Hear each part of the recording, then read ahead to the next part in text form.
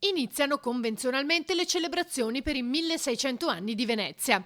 La giornata si è aperta con la messa del patriarca Moraglia nella Basilica di San Marco, dopodiché a Palazzo Ducale il sindaco Brugnaro ha incontrato la stampa. Questa era una repubblica libera, è ancora una città libera, resterà libera e coraggiosa nel mondo. Penso che Venezia sia da riscoprire proprio per tutte le genti, per le varie città, nella misura del rapporto che hanno ricevuto negli anni o hanno avuto negli anni con queste genti, con questi valori.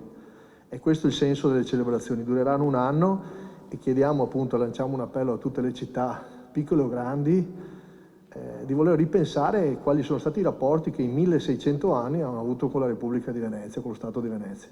Sarà un anno di celebrazioni, dunque, che il sindaco si augura potranno svolgersi mano a mano con sempre meno restrizioni. Confido che questo governo, che oggettivamente ha cambiato passo, c'è un'aria nuova, ci siamo concentrati, ci stiamo tutti concentrando sui vaccini e questa è la strada per uscire, perché dobbiamo vaccinare soprattutto adesso gli anziani e le persone fragili, concentrare molto questo, nel frattempo fidarsi anche di quello che sono le nostre autorità nazionali e regionali sull'arrivo dei numeri di vaccini che speriamo arrivino in massa e insomma, poi arriva anche la bella stagione, siamo convinti assolutamente che, come è stato l'anno scorso, nell'arco di un mese o due ne usciremo piano piano a recuperare.